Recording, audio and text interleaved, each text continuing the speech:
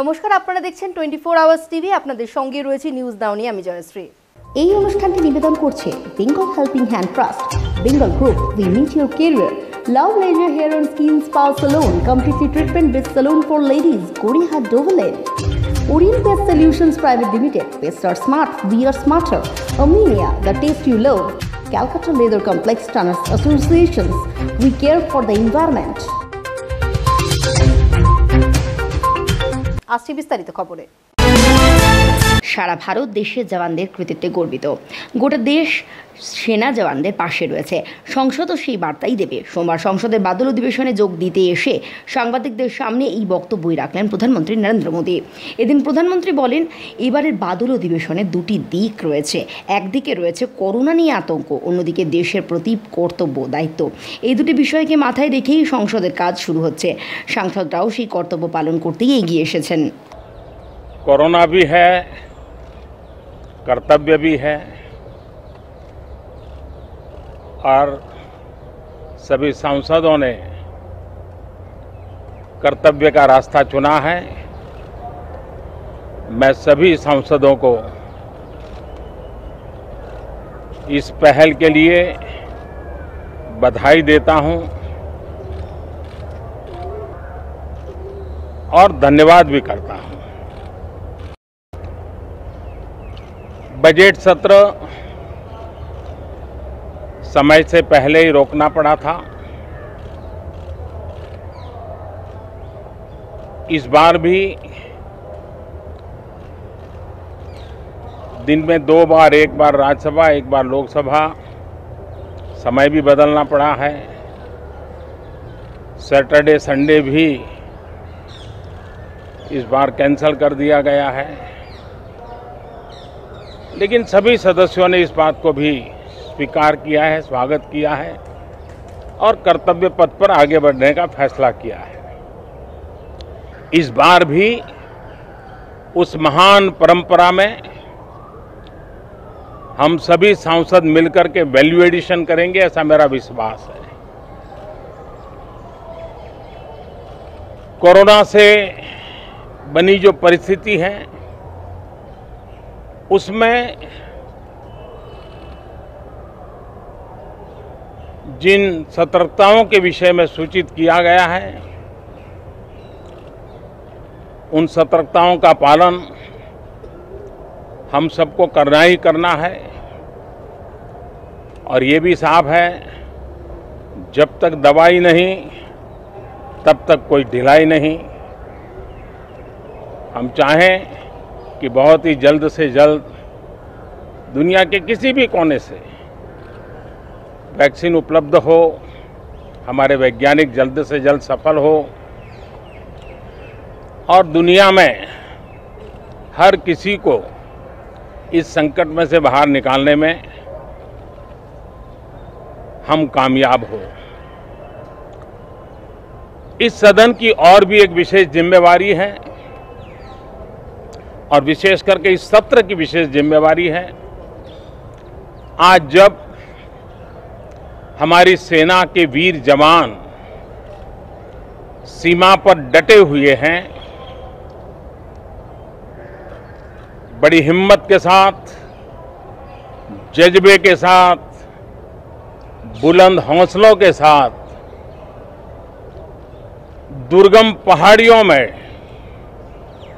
डटे हुए हैं और कुछ समय के बाद बर्फ वर्षा भी शुरू होगी। जिस विश्वास के साथ वो खड़े हैं,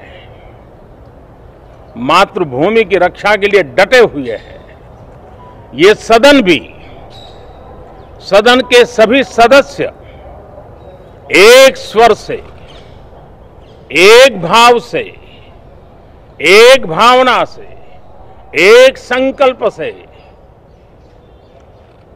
वो संदेश देंगे। सेना के जवानों के पीछे देश खड़ा है,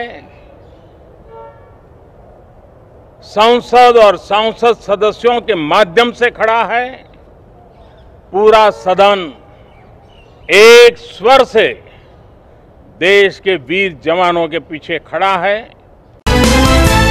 করোনা আবহে শুরু হলো সংসদে বাদল অধিবেশন।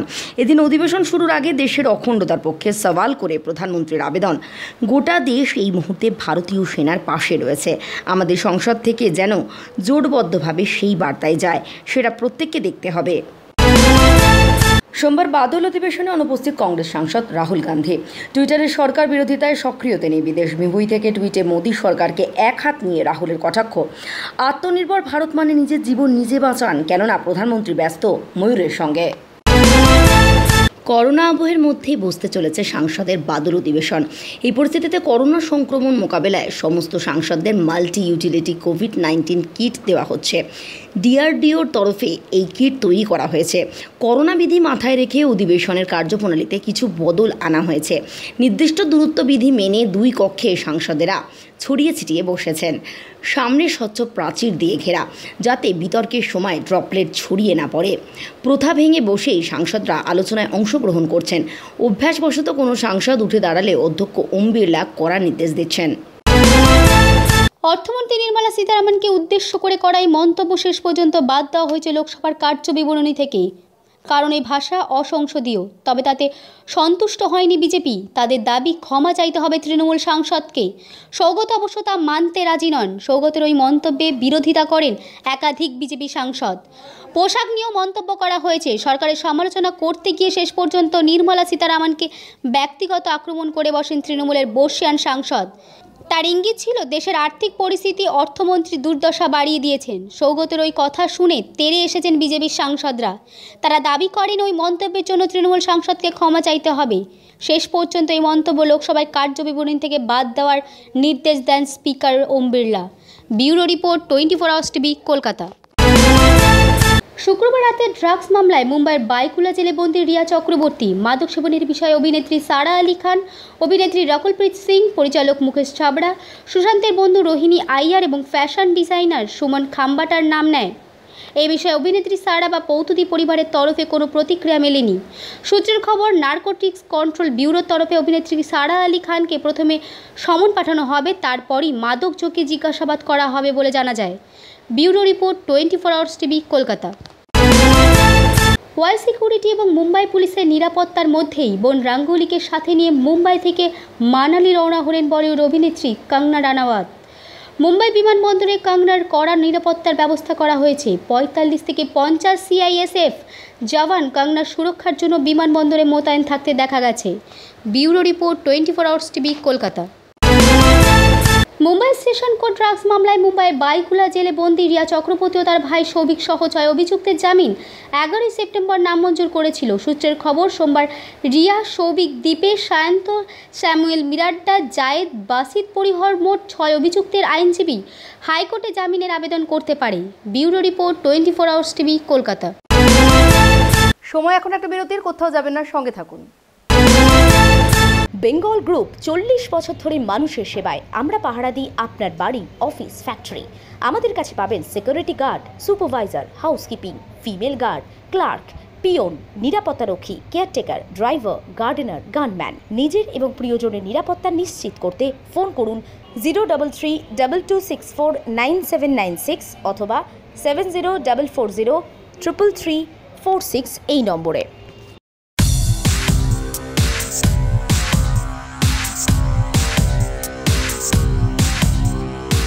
One of the leading hubs of manufacturing leather and finished goods in the world is Calcutta Leather Complex. Calcutta Leather Complex is Asia's largest leather complex. Look no further. Come to Calcutta Leather Complex.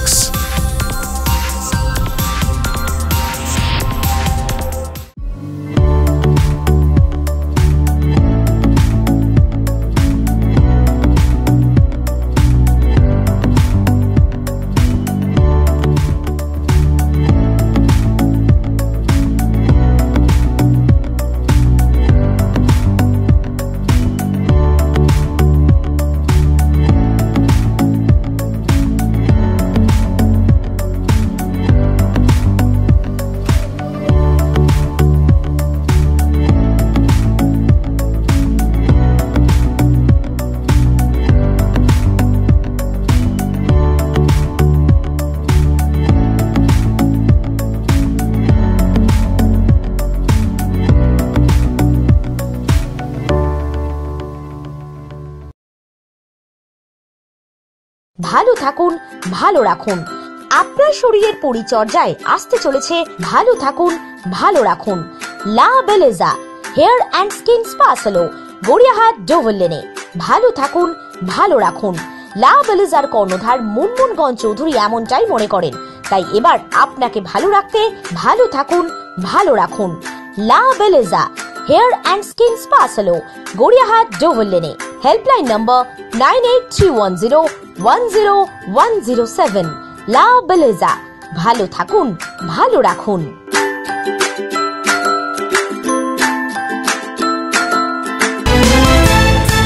ফিরে এলাম বিরতির পর, আসবো পরবর্তী খবরে।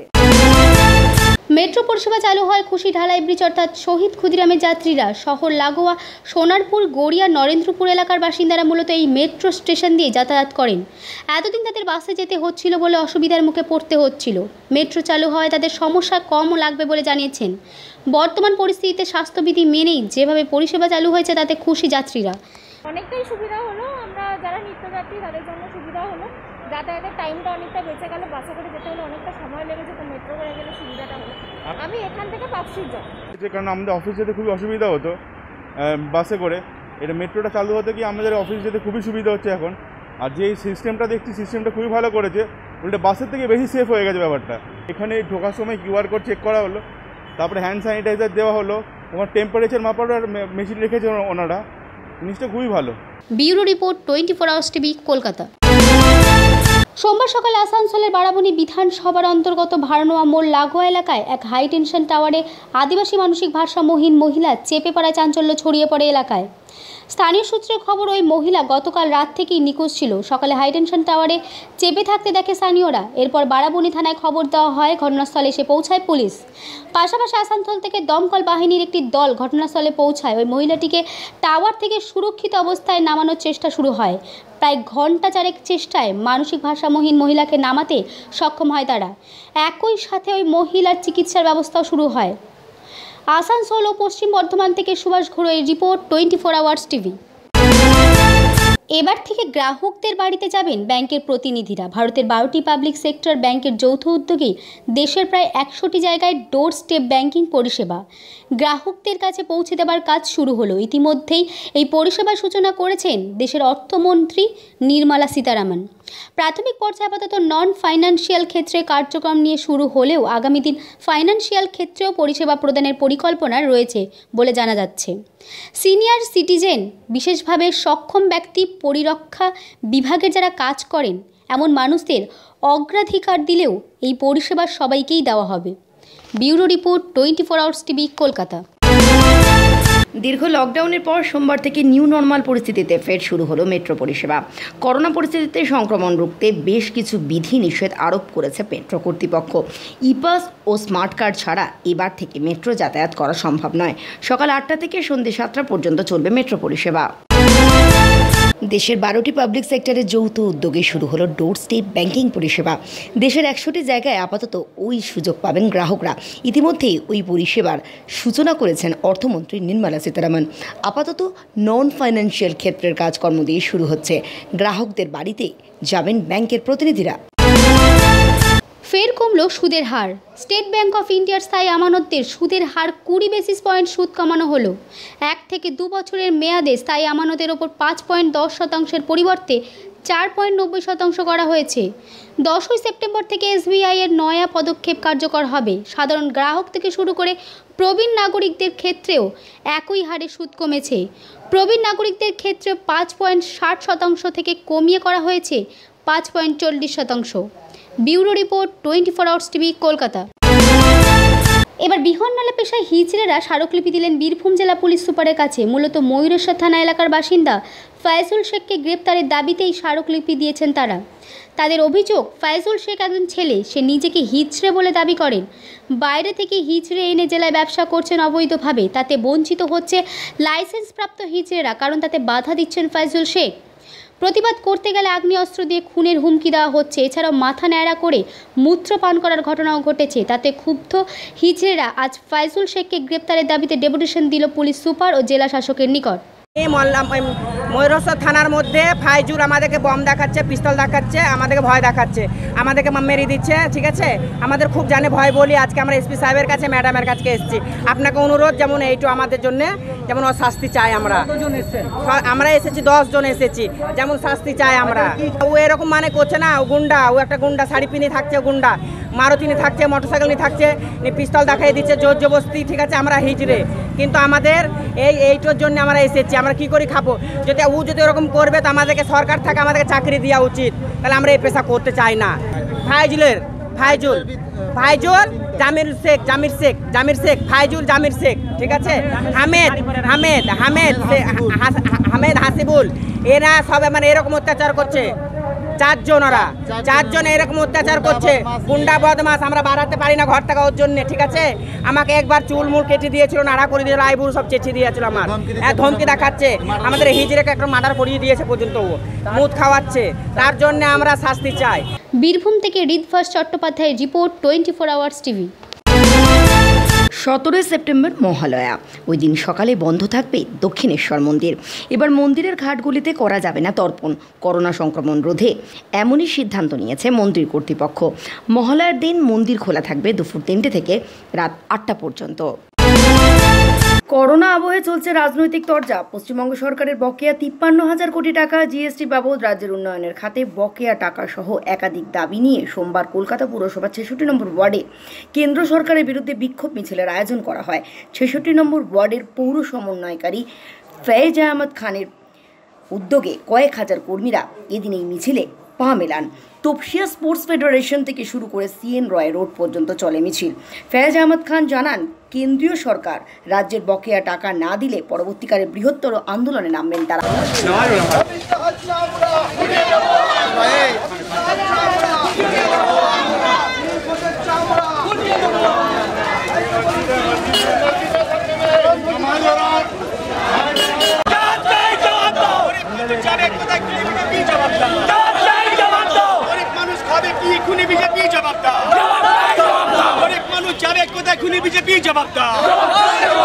গুন্ডাবাজি সরকার, খুন খারাপি সরকার,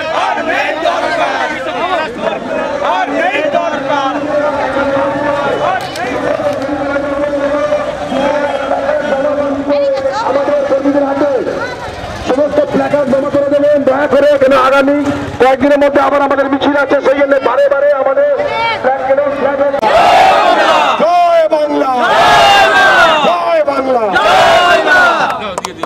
আপনারা দেখছেন পরিকল্পিতভাবে বাংলাকে বঞ্চিত করা হচ্ছে।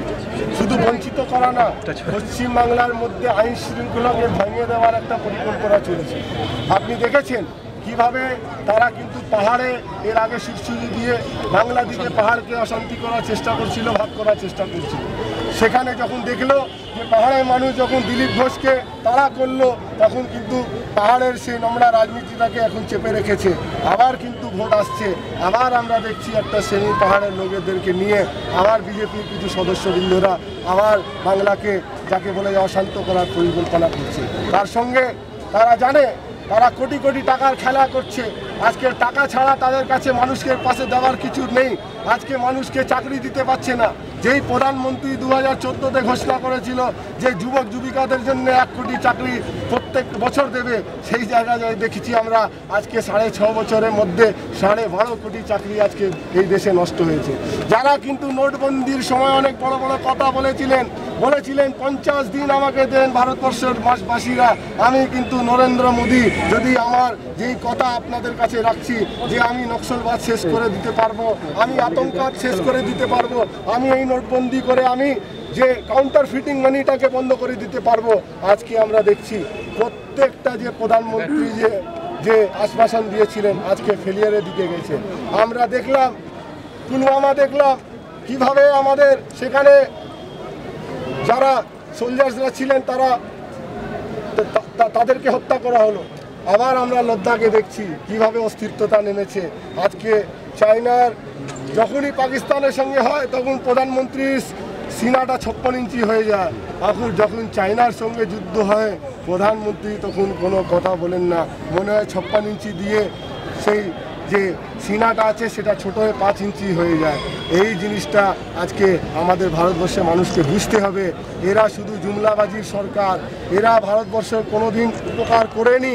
ইতিহাস নিজেই বলছে যে এরা কিন্তু আমাদের যা ইংরেজদের বিরুদ্ধে যে আমাদের যে আজাদির আন্দোলনটাকে ধ্বংস করেছিলেন, এবার আমাদের সংবিধানটাকে এরা পরিকল্পিতভাবে ধ্বংস করার। সময় এখন একটা বিরতির, কোথাও যাবেন না, সঙ্গে থাকুন। নমস্কার, 24 আওয়ার্স টিভি সবার পাশে সব সময়। আমরা আপনাদের পাশে সব সময় ছিলাম, আছি এবং থাকবো। আমরা অনবদ্য মানুষের জন্য কাজ করি। তাই তো আজকে আপনার কাছে আমি আপনার এরিয়ায় যে কোনো রকম সমস্যা আমাদেরকে জানান। আপনার এরিয়ায় আপনার প্রমোটার বাড়ি দেওয়ার নামে আপনার সাথে ছলনা করছে। আপনার এরিয়ায় রাস্তাঘাটের অবস্থা বেহাল, আপনি সঠিকভাবে জল পাচ্ছেন না, আপনি আপনার কাউন্সিলরকে জানিয়েও কোনো ফল পাচ্ছেন না, বা আপনার এরিয়াতে আপনি সঠিকভাবে বিদ্যুৎ পরিষেবা পাচ্ছেন না, যে কোনো সমস্যা আপনি জানাতে পারেন আমাদের নিচে দেওয়া ফোন নাম্বারে সরাসরি ফোন করে আমাদের সাথে কন্ট্যাক্ট করুন। আমরা অবশ্যই আপনার কথা তুলে ধরবো প্রশাসনের কাছে। 24 আওয়ার্স টিভি সবার পাশে সব সময়। বেঙ্গল হেল্পিং হ্যান্ড ট্রাস্ট সর্বদাই মানুষের পাশে। লকডাউনের শুরু থেকে আজ পর্যন্ত দুস্থ মানুষের পাশে বেঙ্গল হেল্পিং হ্যান্ডের ফাউন্ডার শেখ জুলফিকার আলী। কখনো কমিউনিটি কিচেন, কখনো চাল ডাল দিয়ে সাহায্য করা, কখনো শুকনো খাবার, কখনো রান্না করা খাবার, কখনো পোশাক আশাক, কখনো বা বইপত্র। যখন মানুষের প্রয়োজন হয়েছে পাশে দাঁড়িয়েছেন বেঙ্গল হেল্পিং হ্যান্ড ট্রাস্টের founder Sheikh Zulfikar Ali. Bengal helping hand trust সবসময় মানুষের জন্য কাজ করে চলেছে, প্রত্যেকটা মুহূর্তে মানুষের সেবায় নিজেদের নিয়োজিত রেখেছে। তাই দুস্থ মানুষদের পাশে দাঁড়াতে, বেঙ্গল হেল্পিং হ্যান্ড ট্রাস্টের হাত শক্ত করতে, তাদের সাহায্য করতে আপনিও এগিয়ে আসতে পারেন। আপনার সামান্য অর্থই একটু একটু করে আমরা তুলে দেব তাদের হাতে। আপনি আপনার সাহায্য পাঠাতে পারেন HDFC ব্যাংক লিমিটেড, 45 লেন সরণি, Kolkata 7,13,, account number 502003090718 RTGS NEFT IFSC code হলো HDFC 0002788। যোগাযোগের নম্বর 8443804431 অথবা 9123866617। বেঙ্গল হেল্পিং হ্যান্ড ট্রাস্ট সর্বদাই মানুষের পাশে। দুস্থ মানুষের পাশে বেঙ্গল হেল্পিং হ্যান্ডের ফাউন্ডার শেখ জুলফিকার আলী।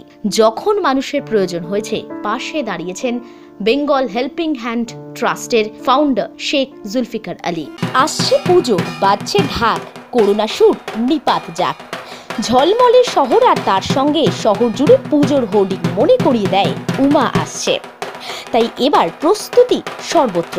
পুজোর হোর্ডিং এবং ব্যানারের জন্য যোগাযোগ করুন 9830515600 এই নাম্বারে। আরও একবার বলি 9830515600 এই নাম্বারে। পুজোর বাকি আর মাত্র কয়েকটা দিন। সুন্দর মুখের জয় সব সময়। নিজেকে সুন্দর করে তুলতে সবার পছন্দের এবং নির্ভরযোগ্য একটাই নাম, লাভলিজা hair and skin spa salon, Dover Lane, Gariahat, Kolkata. চুলের সমস্যা বা ত্বকের সমস্যা, লাভলিজা আপনার চুল বা ত্বকের সমস্যার সমাধান করে দেয়।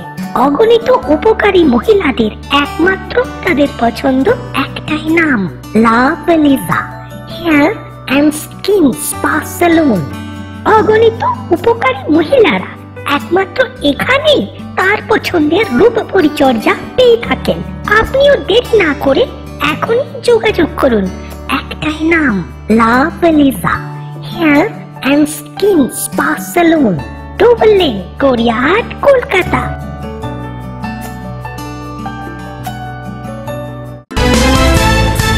ফিরলাম বিরতির পর, আসবো পরবর্তী খবরে। কোচবিহার জেলার অন্তর্গত দিনহাটা শহরে CPIM সর্বভারতীয় সাধারণ সম্পাদক সীতারাম ইয়েচুরি সহ বিশিষ্ট ব্যক্তিদের বিরুদ্ধে দিল্লি পুলিশের ষড়যন্ত্রমূলক চার্জশিট দাখিলের বিরুদ্ধে দিনহাটা শহরে মিছিল করল CPIM। দিনহাটা শহরে CPIM এর দলীয় কার্যালয়ের সামনে থেকে মিছিল বের হয় এবং গোটা দিনহাটা শহর পরিক্রমা করে এই মিছিল। এই দিন এই মিছিলে উপস্থিত ছিলেন সিপিআইএমের কুচবিহার জেলার সম্পাদক মণ্ডলীর সদস্য তারাপদ বর্মন, প্রবীর পাল, শুভ্রালোক দাস প্রমুখ। Bureau report 24 hours TV, Kolkata. Corona মহামারীর প্রাক্কালে প্রশাসনের সাথে সাথে অনেকগুলো সামাজিক স্বনির্ভর প্রতিষ্ঠান জনগণের সেবায় নিযুক্ত রয়েছে। সংস্থার এই সংকট পরিস্থিতিগুলির মধ্যেও তারা বড় ভূমিকা রয়েছে। করোনা মহামারীর প্রাথমিক সময়কাল থেকেই মানুষের পাশে রয়েছে সংস্থা। তাই আজ রবিবার ছুটির দিনে এই অভিনব অনুষ্ঠানের সূচনা করেন। এই অনুষ্ঠানে অভিনবত্ব ছিল যমরাজ ও চিত্রগুপ্তের ট্যাবলো। তারাও অন্ডালের উখড়া বাজার সহ সমগ্র এলাকা ঘুরে মানুষের সাথে মাস্ক বিতরণ করেন এবং যারা মাস্ক পরেনি তাদেরকে মাস্ক পরিয়ে দেন। তার সাথে একই সদস্যদের যমরাজ রূপ ধারণের মধ্যে দিয়ে গাড়ি চালকদের গাড়ি থামিয়ে সচেতনতা বার্তা প্রচার করেন। বিগত 6 মাস করোনা পরিস্থিতি যখন থেকে শুরু হয়েছে তখন থেকে আমরা লাগাতার প্রচার কর্মসূচি চালিয়ে যাচ্ছি। সঙ্গে ফেস শিল্ড, মাস্ক, স্যানিটাইজার, পুলিশকর্মী, স্বাস্থ্যকর্মী, চিকিৎসাকর্মী সবাইকে আমরা পিপি কিট বিলি করছি। কিন্তু বিগত 7 দিন আগে আমাদের বর্তমান পরিস্থিতি দেখে 10 জন করোনা যোদ্ধা আমাদের ন্যাশনাল কোভিড সিরিয়াস ফোরামের তারা শপথ নিয়েছে যে তারা যে কোনো করোনা রোগীর সেবা করবে, অর্থাৎ করোনা রোগীর বাড়িতে পৌঁছে যাবে, তাদেরকে স্বাস্থ্যকেন্দ্রে নিয়ে যাবে, তাদের পরিবার পরিজনকে তারা টেস্টের ব্যবস্থা করবে, তাদের বাড়িতে খাদ্য সামগ্রী, ওষুধ পৌঁছে দেবে এবং প্রতিটা ব্যাংক, প্রতিটা এটিএম, প্রতিটা স্বাস্থ্যকেন্দ্র, পুলিশ আউটপোস্ট এবং মিনিবাস, প্রত্যেকটা টোটাল প্রতিদিন যত পাবলিক প্লেসেস, মন্দির, প্রত্যেকটা রেগুলার বাজার এলাকা প্রত্যেক দিন স্যানিটাইজ করা হবে। যারা নিজের জীবন বাজি নিয়ে এই সংকল্প নিয়েছে, আমার মনে হয় বিগত 100 বছর ইতিহাসে এরকম সংকটময় মুহূর্ত কখনো আসেনি। তা আমরা সেই প্রকৃত সমাজবন্ধুদের স্যালুট জানানোর জন্যে, তাদের উৎসাহিত করার জন্যে আমরা ন্যাশনাল কোভিড সিরিয়াস ফোরাম এবং আরও কিছু সামাজিক সংস্থা আমাদের সাথে যারা যুক্ত আছেন তারা সকলে একসাথে র্যালি করে গান গেয়ে তাদের উৎসাহিত করেছি। উই শ্যাল ওভারকাম, অর্থাৎ আমরা একদিন জিতবই। পশ্চিম বর্ধমান থেকে সুভাষ ঘুরের রিপোর্ট 24 আওয়ার্স টিভি। উত্তর পূর্ব দিল্লি সাম্প্রদায়িক সংঘর্ষের মামলায় দিল্লি পুলিশের চার্জশিটের নাম উঠে এসেছে সিপিএম সাধারণ সম্পাদক সীতারাম ইয়েচুরি, যোগেন্দ্র যাদব ও জয়ন্তী ঘোষের নাম। এই প্রসঙ্গে রবিবার সিপিএমের নেতা মোহাম্মদ সেলিম জানিয়েছেন, দিল্লিতে বিজেপির নেতারা মিছিল করে উত্তেজনা ছড়িয়েছে, সাধারণ মানুষের ওপর অত্যাচার চালিয়েছে। এছাড়াও দিল্লি পুলিশ অমিত শাহের নির্দেশেই কাজ করছে। কমিউনিস্টরা কখনোই ভয় পায় না। দিল্লিতে আজকে মোদী সরকার যেভাবে চলছে এবং যা করছে সেটা নতুন নয়। আমরা গুজরাটে দেখেছি, আমরা ভীমা কোরেগাঁও সময় দেখেছি, যেভাবে সুধা ভারদ্বাজ, আনন্দ তেন্তুম্বে, গৌতম নরক্ষাকে তারা ধরেছিল এবং জেল দিয়েছে মিথ্যা মামলায়। নিজেরা দাঙ্গা করেছে তপশিলি জাতির মানুষের উপরে ভীমা কোরেগাঁওতে এবং তারপরে মিথ্যা মামলা করেছে। দিল্লিতে লোকে দেখলো 56 জন মানুষ মারা গিয়েছেন এই বছরের ফেব্রুয়ারি মাসে।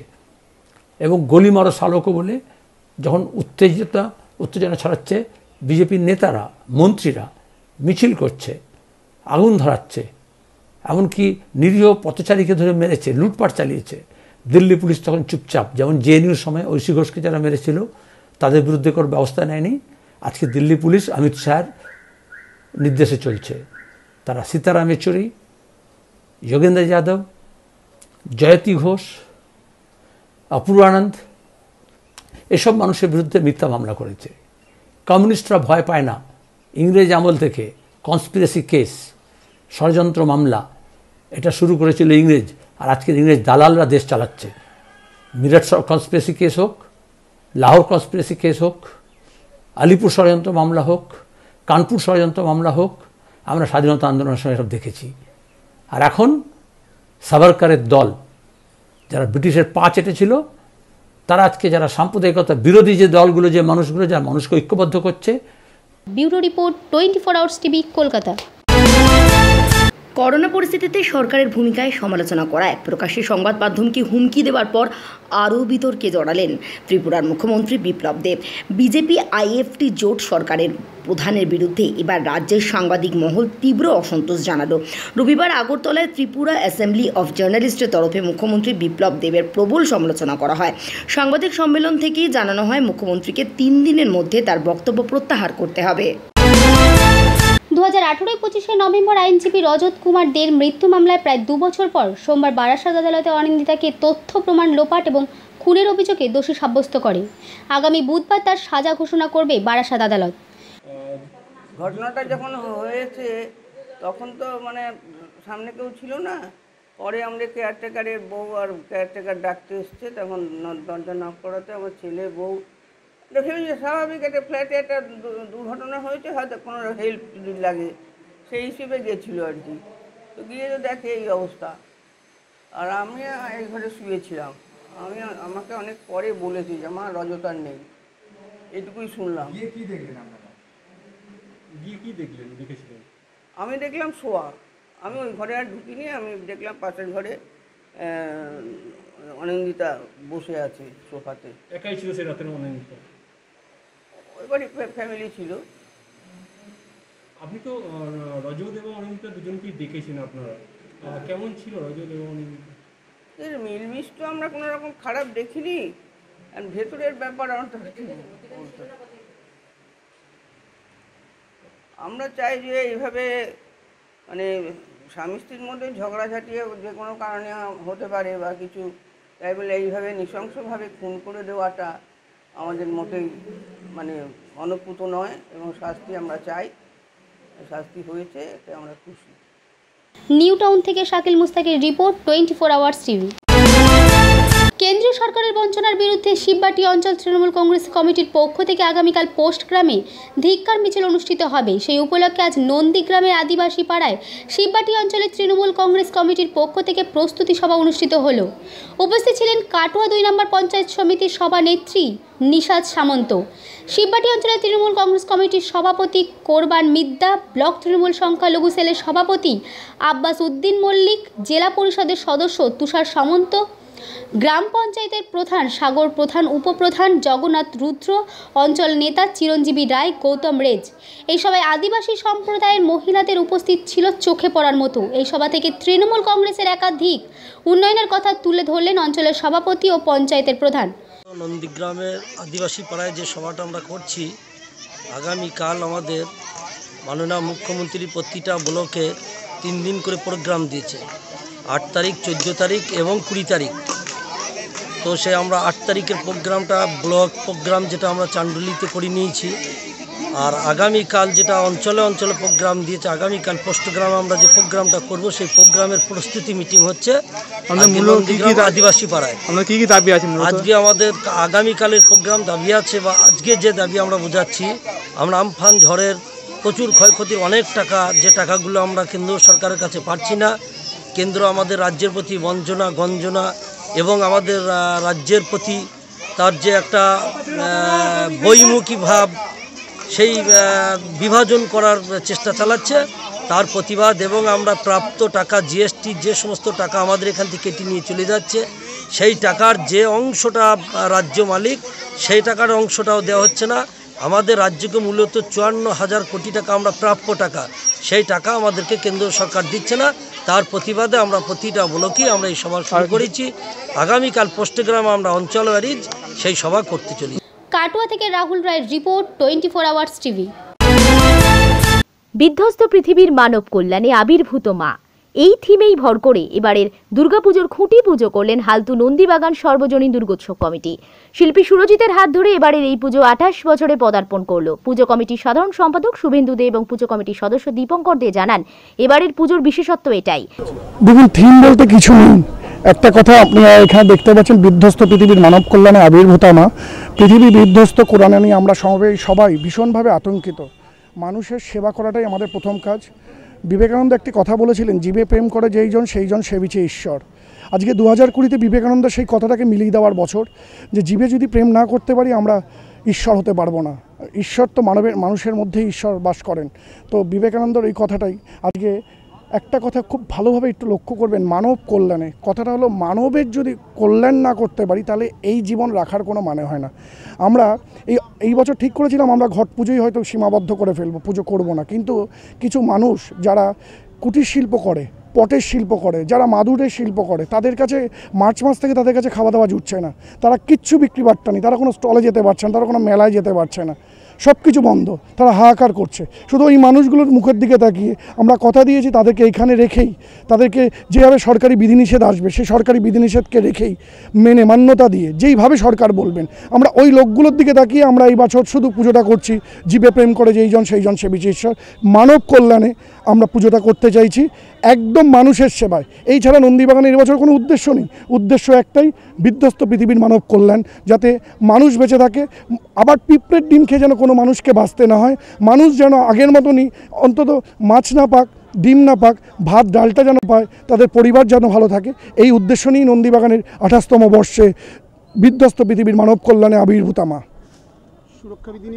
দেখুন, সুরক্ষা বিধি নিয়ে এখনও পর্যন্ত সরকারের থেকে কোনো নিয়ম আমাদের কাছে আসেনি। এই মুহূর্তেও মমতা ব্যানার্জি আমাদের রাজ্যের মুখ্যমন্ত্রী, উনি কিছু বিধিনিষেধ দেবেন। আমাদের ফোরাম ফর দুর্গা উৎসব আমাদের বলেছেন একটা স্যানিটাইজিং গেট, কিন্তু সেটাকে নাকি মান্যতা দেয়নি। এখন যতক্ষণ না সরকারি বিধিনিষেধটা পুরোপুরি পাচ্ছি, কিন্তু একটা কথা আপনাদের চ্যানেলের মাধ্যমে আমরা পরিষ্কার জানিয়ে দিতে চাই, সরকারি যেরকম বিধিনিষেধ আসবে সেইভাবেই আমরা কিন্তু পুজোটি করব। সরকারি বিধিনিষেধ যেইভাবে মান্যতা সরকার দেবেন, আমরা হালতু নন্দীবাগান সার্বজনীন আমরা দায়বদ্ধ সরকারি যেই কোনো পরিকল্পনাকে মান্যতা দিতে। সরকার যদি বলে যে প্যান্ডেল আরও ছোট করতে হবে, আমরা ছোট করে দেবো। সরকার যদি বলে প্যান্ডেল একটু বড় করতে হবে, করব। সরকার যদি বলে 10 জনের বেশি ঢোকানো যাবে না, তাই মান্যতা দেবো। সরকার যদি বলে 12টার পর লোক রাখা যাবে না, সেটাকেও মান্যতা দেবো। যেইভাবে সরকার আমাদেরকে বলবেন প্রশাসনিক দিক থেকে, আমরা নন্দীবাগান এই জন্য এই অঞ্চল না শুধু, আপনাদের 24 আওয়ার্সের মাধ্যমে একটাই কথা বললে আপনারা জানেন, আমরা এই জন্যই হালতু নন্দীবাগান আজকে এইভাবে বড় হয়ে উঠতে পেরেছি। আমরা মানুষকে সম্মান দিই, আমরা ছোট থেকে বড় হতে চাই, আমরা আরও বড় হতে চাই। একটাই, মানুষের যদি জীবে প্রেম না করতে পারি, মানুষকে যদি ভালোবাসতে না পারি, সমাজকে নিয়ে যদি চলতে না পারি, আমরা মানুষ নই, আমরা অপরাধী। তো সেই জায়গায় আমরা সুস্থ জীবনযাপন করতে চাই। আমরা চাই না এই অঞ্চলে কারোর করোনা হোক। আমরা দেখুন, আমরা করোনার জন্য, আমরা দুস্থ মানুষের জন্য আমরা প্রচুর চাল ডাল বিতরণ করেছি 24 আওয়ার। সেই সময় আমাদের সাক্ষী ছিলেন, আপনারা এসে দেখে গেছিলেন। কিন্তু এখনও চাই আপনারা এইভাবেই দেখে যান, আপনারা মাঝে মাঝেই আসুন, যেইভাবে সরকার মান্যতা দেবে সেইভাবেই আমরা পুজো করব। আমরা এবারে থিম এখানে দেখতেই পাচ্ছেন, বিধ্বস্ত পৃথিবীর মানব কল্যাণে আবির্ভূতা মা। এবছর আমরা চিন্তা ভাবনা, আপনারা জানেন সারা বিশ্ব জুড়ে একটা মহামারী এসছে, সেই জায়গায় দাঁড়িয়ে আমরা এই বছর বিলাসিতার পুজো বা ভয়ঙ্কর কিছু করছি না।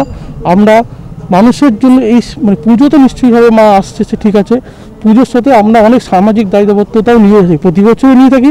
এবছর আমরা অনেক আরও বেশি কিছু নিয়েছি, যাতে মানুষের পাশে দাঁড়ানো যায়।